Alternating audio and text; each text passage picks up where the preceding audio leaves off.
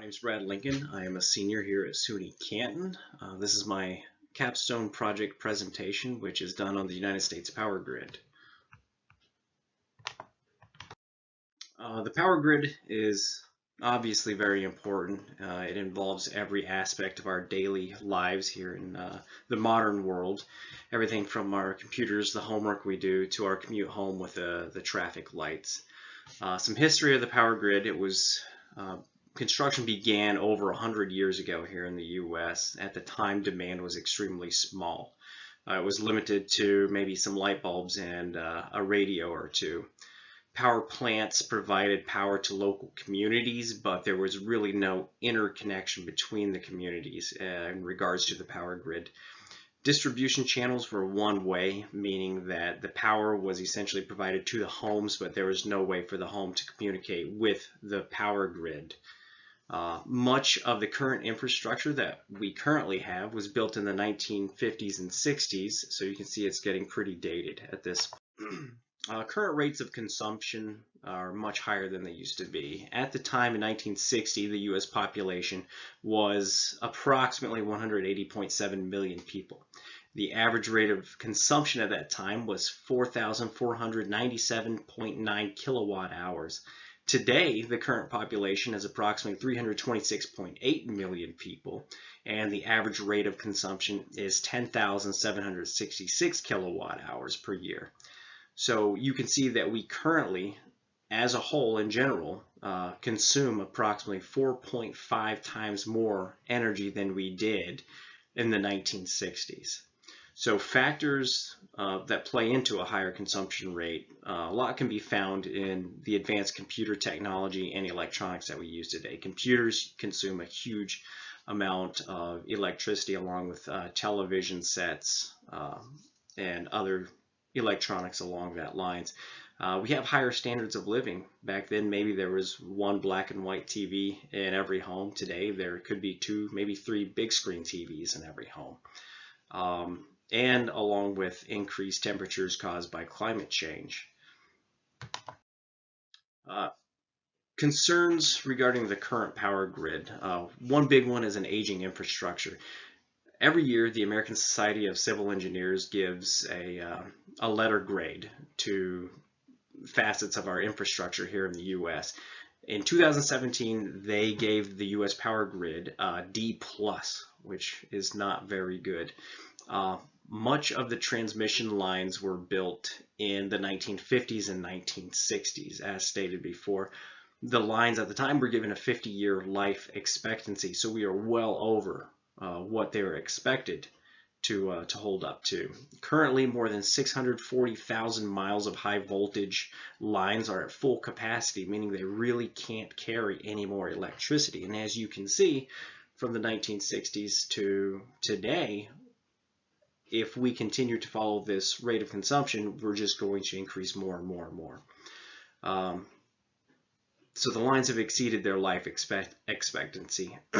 And another big concern is that it's consisted of a patchwork system of lines owned by many different agencies, both public and private. So it's really hard to communicate with one another and try to actually incorporate some of the new technologies available today.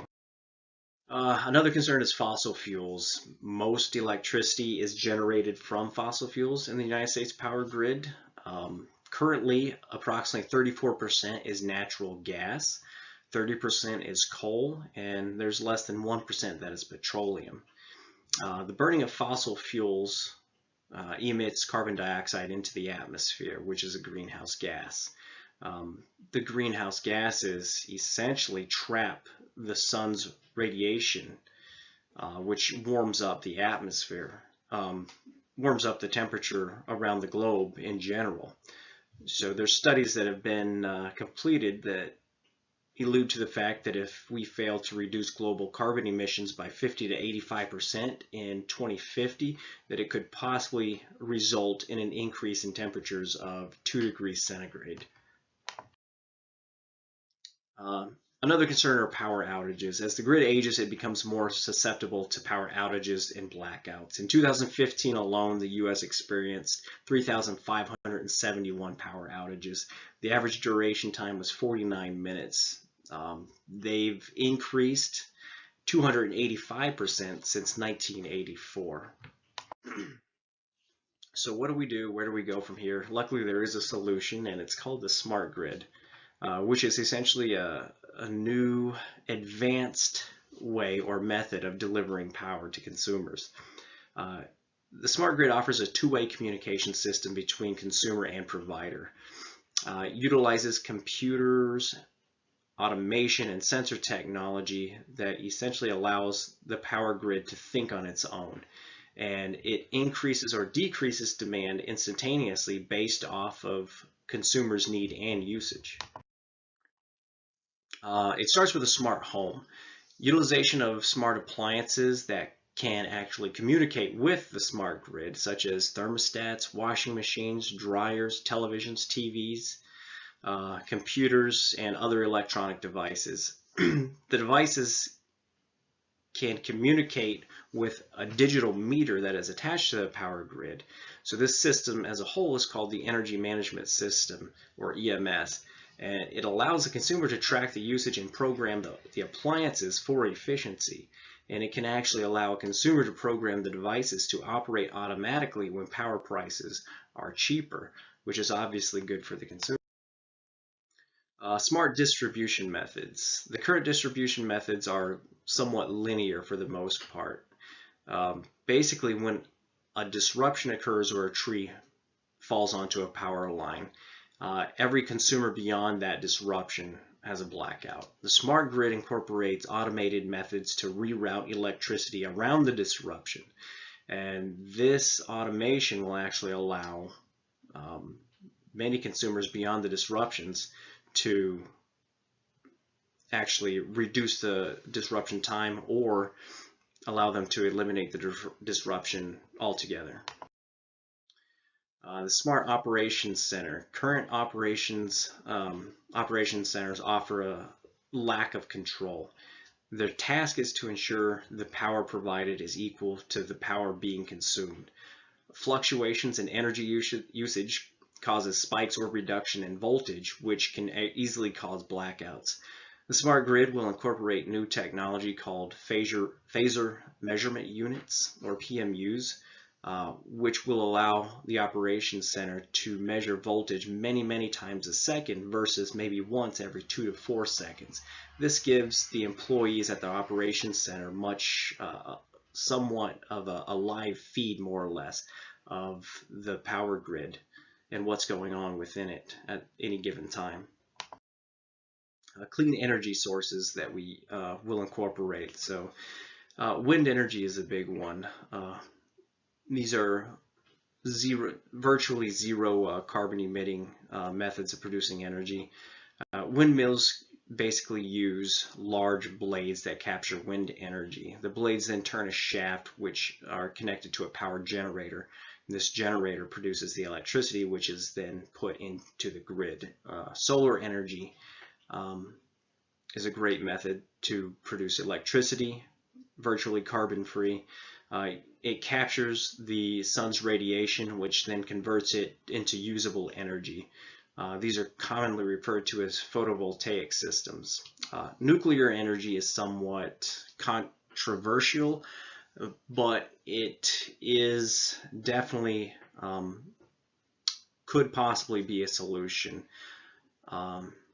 Basically, they are operated by what's called nuclear fission, or the splitting of atoms. Basically, this will create these pellets of uranium, and each pellet contains approximately 150, the same amount of energy as 150 gallons of fuel. So there's a huge amount of energy just in a small compact portion. And once these pellets are burned, the heat is released, which then boils water, and then it's turned into steam, which turns a turbine connected to a power generator, which then you have your usable power. So in a nutshell, the overall impact of a smart grid is very positive. There's financial security and economic benefits to converting. It's very expensive at first, but the benefits are well worth it. Um, Estimates of approximately 1.8 trillion in revenues are estimated with the smart grid. There's going to be a savings of approximately 49 billion in power disturbance costs.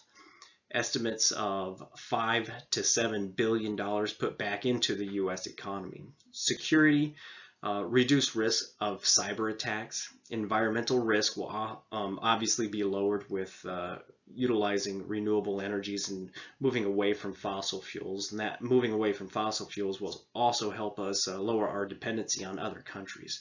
So we'll be more independent, actually. And all of these altogether good for the economy, ensuring our independence and reduce our demand for oil, and will certainly save consumers money, which can then be spent in other areas of the economy. So all in all, the smart grid is a giant leap forward, and it's something that needs to be pursued at a much quicker rate than it currently is.